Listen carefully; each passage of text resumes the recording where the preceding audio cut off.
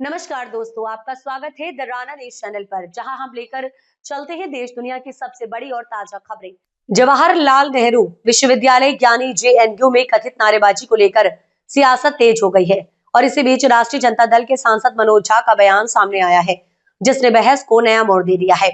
मनोज झा ने साफ शब्दों में कहा है कि वह मुर्दाबाद और कब्र खोदेगी जैसे किसी भी नारे के सख्त खिलाफ है और ऐसी भाषा का लोकतंत्र में कोई स्थान नहीं होना चाहिए। उन्होंने कहा कि असहमति जताने के लोकतांत्रिक तरीके होते हैं और हिंसा या नफरत फैलाने वाले नारे किसी भी हाल में स्वीकार्य नहीं है।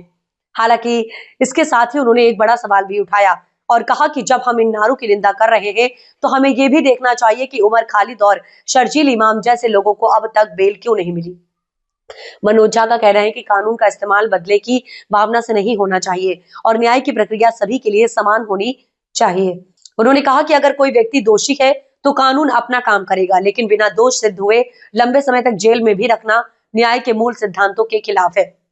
और इसे डर के माहौल में नहीं दबाया जाना चाहिए। उन्होंने जेएनयू को विचारों और बहस के केंद्र बताते हुए कहा कि इस तरह के मामलों को राजनीतिक रंग देना सही नहीं है। मनोज झा के इस बयान के बाद राजनीतिक हलकों में तीखी प्रतिक्रियाएं देखने को मिल रही है, जहां एक और कुछ लोग उनके बयान को संतुलित बता रहे हैं, वहीं दूसरी ओर विपक्ष उन पर विवादित मुद्दों को हवा देने का आरोप लगा रहा है। कुल मिलाकर जेएनयू नारेबाजी का मामला एक बार फिर कानून, अभिव्यक्ति की आजादी और राजनीति के बीच